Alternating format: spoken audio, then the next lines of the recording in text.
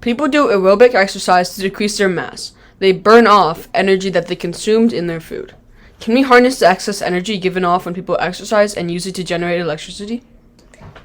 This is the GymGen. It's a small magnetic turbine that generates a DC current when you spin it. We have developed a set of attachments that allow the GymGen to be easily attached to aerobic gym equipment, such as stationary bicycles and treadmills. The GymGen will charge your phone or other USB devices while you exercise. While these devices could be used by individuals in their own homes, they would actually be more effective in public settings, like community fitness centers. 22% of Americans do aerobic exercise regularly. That represents 66 million people. As a nation, we could save $30 million worth of energy every year if these people use our GymGen to remove their phones from the energy grid. We learned a lot about work and power. We learned that all of the different types of energy are all measured in joules, and that a joule is actually a very small amount of energy.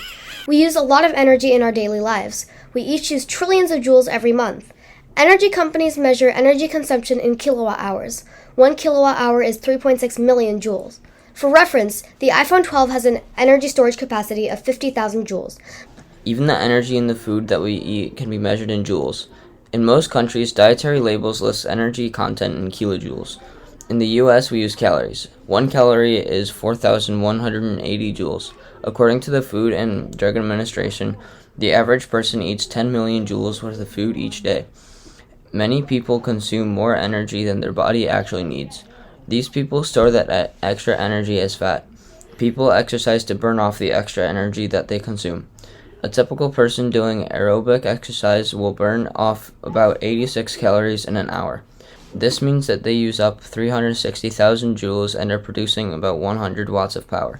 An exercising person generates more than enough energy to charge a phone. In New York State, 1 kilowatt hour of energy costs 11 cents. That means that to charge a single iPhone every day for a whole year only costs 56 cents.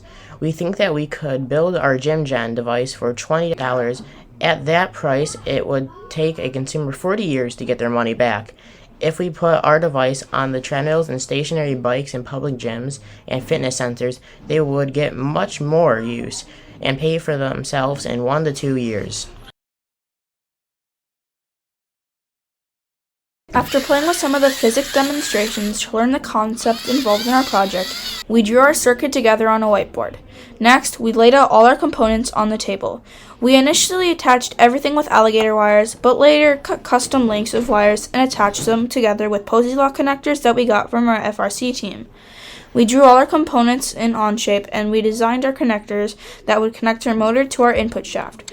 We designed a few different input adapters so that we could attach our device to different types of gym equipment. We used our 3D printers to fabricate all the parts we designed. We met Mr. Martin at the Buffalo Kickoff event in the Erie County Fair. He has been building solar farms for 20 years. He is particularly interested in small-scale solar collection. We met Mr. Prey and Mr. Rosner at the Buffalo Kickoff event at the Erie County Fair. They had just graduated from college and work at a startup company called Veridi. Veridi makes rechargeable batteries to store energy produced from renewable sources. Mrs. Ledoux works in the health and fitness industry. We talked to her about the different types of exercising that people do. We decided that strength training machines were not a good fit for our idea because those machines don't move very far or very fast. Initially, we thought about stationary bicycles and treadmills. Mrs. Ledoux suggested that we also make an adapter for rowing machines. Mr. Bukowski is an electrical engineer at Verizon. He is a mentor for our FRC team. We asked him many questions about how to best create a working model of our idea. He suggested that we switch to an FCC or FRC motor for version 2 of our project. That will allow us to charge our devices much faster. In late November, we contacted the 12th graders in the entrepreneurial studies class at our high school. We explained our problem and our solution to them and asked for their help in refining our pitch for our concept. Hey, who are you guys? We am, is, are, and be they whom as are known as the Electric Mayhem.